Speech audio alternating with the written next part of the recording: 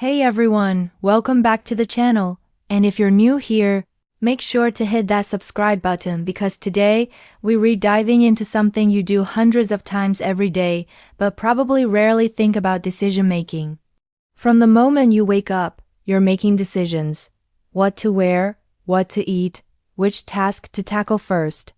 How to respond to that text, whether to go to the gym, what to watch, how to spend your evening. Some decisions are trivial and automatic, others are life-changing and agonizing, but all of them are shaped by psychological processes that operate largely outside your conscious awareness. And here's what's fascinating. We like to think we're rational decision makers, carefully weighing options and choosing what's best. But the reality is that human decision-making is profoundly irrational, influenced by cognitive biases, emotional states, social pressures, and mental shortcuts that evolved to help us survive, but often lead us astray in modern contexts. So today we're breaking down the psychology of how you actually make decisions, the mental shortcuts and biases that shape your choices, why decision-making feels so hard sometimes, and how understanding these processes can help you make better decisions. Let's start with a fundamental framework of how decisions happen in your brain, because there are actually two distinct systems at play, and understanding this dual process model changes everything. Psychologist Daniel Kahneman, who won a Nobel Prize for his work on decision-making, describes these as System 1 and System 2. System 1 is fast, automatic, intuitive, emotional, and unconscious. It's the system that makes snap judgments, recognizes faces instantly, drives your car on a familiar route without conscious thought, and generates immediate gut reactions. System 1 is effortless and always running, is your brain's default mode. System 2, on the other hand, is slow, deliberate, analytical, logical, and conscious. It's the system you use for complex calculations, careful reasoning, evaluating multiple options, and making thoughtful decisions. System 2 requires effort and attention. You can feel it working when you're concentrating hard on a problem. Here's the crucial thing. System 2 is lazy and resource-intensive, so your brain defaults to System 1 whenever possible to conserve energy. Most of your decisions are actually made by System 1, even when you think you're being logical and rational. System 2 often just provides post hoc justifications for what System 1 already decided based on intuition and emotion. This is why you can rationally know that you should eat healthy, but find yourself reaching for junk food. System 1 prioritizes immediate gratification over long-term goals, and System 2 struggles to override it consistently. Now let's talk about cognitive biases, which are systematic patterns of deviation from rational judgment. These are mental shortcuts, called heuristics, that your brain uses to make decisions more quickly and efficiently, but they often lead to predictable errors. There are hundreds of documented cognitive biases, but let's focus on the ones that most profoundly impact daily decision-making. First, there's confirmation bias, which is the tendency to search for, interpret, and remember information that confirms your existing beliefs while ignoring or dismissing information that contradicts them. Once you've formed an opinion or made a tentative decision, your brain actively seeks evidence that you're right and filters out evidence that you're wrong. This is why people with completely opposite views can look at the same information and both feel vindicated. They each selectively attending to the parts that confirm their position. Confirmation bias makes it incredibly difficult to change your mind or see alternative perspectives, because your brain is literally working against objective evaluation. Second, there's the availability heuristic, where you judge the probability or frequency of something based on how easily examples come to mind rather than actual statistical likelihood. If you recently heard about a plane crash, flying feels more dangerous even though statistically it's one of the safest activities. If you know someone who won the lottery, you overestimate your own chances of winning. Your brain uses mental availability as a proxy for actual frequency, which leads to distorted risk assessment and poor decisions. This is why vivid, recent, or emotional events disproportionately influence your choices, even when they're statistically rare. Third, there's anchoring bias, where the first piece of information you encounter disproportionately influences your subsequent judgments and decisions. If you see a shirt originally priced at $200 marked down to $100, it feels like a great deal, but if you'd first seen it priced at $100, you might think it's too expensive. The initial anchor, $200, shapes your perception of value even though it's arbitrary. Negotiators, salespeople, and marketers deliberately use anchoring to influence your decisions by setting initial reference points that favor them. And your brain struggles to adjust sufficiently away from anchors even when you know they're irrelevant. Fourth, there's loss aversion, which is the principle that losses feel psychologically more powerful than equivalent gains. Losing $100 feels worse than gaining $100 feels good, roughly twice as bad, according to research. This makes you overly conservative in decision-making, avoiding potential losses, even when the potential gain is much larger. Loss aversion explains why people hold on to losing investments hoping to break even, why you stay in unfulfilling jobs or relationships to avoid the loss of leaving, and why you're more motivated by avoiding negative outcomes than achieving positive ones. Your brain's negativity bias makes it risk-averse in ways that often don't serve your long-term interests. Fifth, there's the sunk cost fallacy, where you continue investing in something because you've already invested time, money, or effort, even when continuing no longer makes rational sense. You sit through a terrible movie because you paid for the ticket. You stay in a failing relationship because you've already invested years. You finish a degree you hate because you're already 2 years in. Rationally, past costs are irrelevant to future decisions. You should decide based on future costs and benefits alone.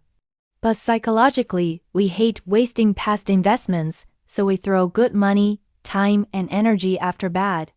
This bias keeps people stuck in situations they should abandon.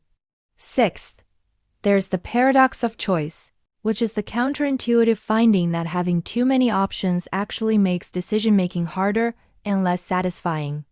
When faced with extensive options, you experience decision paralysis, spend excessive time comparing, feel less confident in your choice, and experience more regret wondering if you chose the best option. This is why you can spend 30 minutes choosing what to watch on Netflix and then feel dissatisfied with your choice. More choice sounds better, but often leads to worse outcomes and lower satisfaction. Your brain gets overwhelmed trying to evaluate too many options. And System 2 essentially gives up, leaving you paralyzed or choosing randomly. Now let's talk about the role of emotions in decision-making, because the old model of emotions as interference with rational thinking is completely wrong.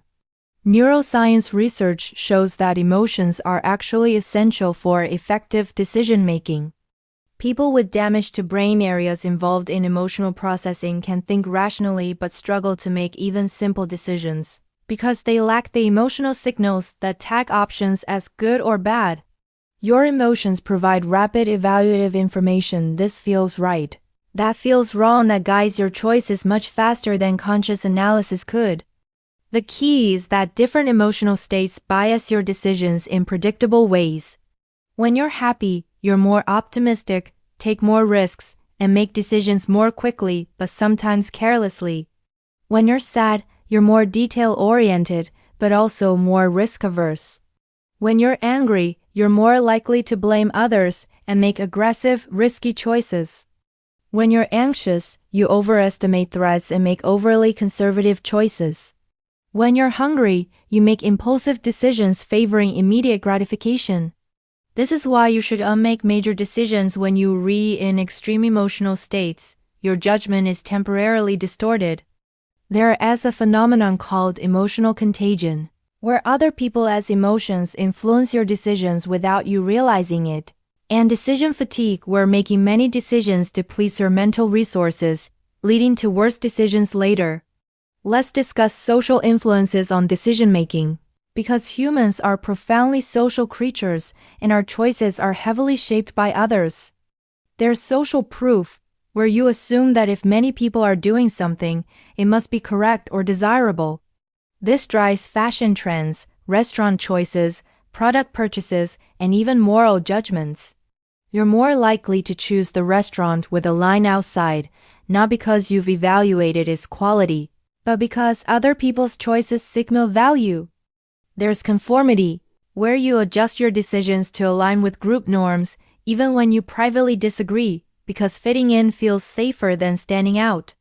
The famous Asch conformity experiments show that people will give obviously wrong answers if everyone else in the group does, because the social pressure to conform overrides individual judgment. There is authority bias, where you defer to experts or authority figures even in domains where their expertise isn't relevant. And there's the bandwagon effect, where the popularity of an option increases its appeal independent of its objective merits. These social influences were adaptive when our ancestors lived in small tribes where group consensus often reflected genuine wisdom. But in modern contexts with mass media and social media, these biases can be manipulated to influence your choices in ways that don't serve you. Now let's talk about why decision-making feels particularly hard in modern life. First, you're making far more decisions than humans evolved to handle. Our ancestors made relatively few significant choices. Their lives were largely determined by circumstance, tradition, and necessity. But modern life presents constant choice across every domain. Career paths, relationships, where to live, what to buy, what to eat, how to spend time, what to believe. This abundance creates decision fatigue, where your mental resources for thoughtful decision-making become depleted. Studies show that your decision-making quality declines throughout the day as you make more choices, and you start defaulting to the easiest option or avoiding decisions altogether. This is why successful people often reduce trivial decisions. Steve Jobs wore the same outfit daily. Barack Obama had a limited wardrobe to preserve decision-making capacity for important choices. Second, modern decisions often lack clear feedback loops. In ancestral environments, decisions had immediate, obvious consequences. But today, many important decisions have delayed or ambiguous outcomes. You won't know if your career choice was right for years. Relationship decisions unfold over time. Health decisions have long-term effects you won't see immediately. This makes learning from experience difficult and leaves you perpetually uncertain whether your decisions are good. Third, information overload creates analysis paralysis. You have access to unlimited information about every possible choice, but more information doesn't necessarily lead to better decisions. It often just creates confusion and overwhelm. Your brain can't effectively process the volume of data available. So you either make snap decisions based on superficial factors or get stuck endlessly researching without ever choosing. So what can you actually do to make better decisions? First, recognize which system is driving your choice. For important decisions, deliberately engage System 2. Slow down, analyze, consider alternatives, sleep on it. For trivial decisions, trust System 1. Your intuition is often good enough for low-stakes choices, and overthinking wastes mental energy. Second, actively seek disconfirming evidence. Force yourself to consider why you might be wrong, what the best argument against your position is, what someone with the opposite view would say. This counteracts confirmation bias. Third, make important decisions when you're in a neutral emotional state, well-rested, and fed. Avoid deciding when you're emotional, hungry, tired, or stressed. Fourth, set decision-making criteria in advance. Before evaluating options, determine what factors matter most to you. This prevents you from being swayed by irrelevant features or emotions in the moment. Fifth, limit your options. More choice isn't always better. Sometimes constraining options improves decisions and satisfaction. Sixth, use mental time travel. Ask yourself how you'll feel about this decision in 10 days, 10 months, and 10 years. This provides perspective beyond immediate emotions.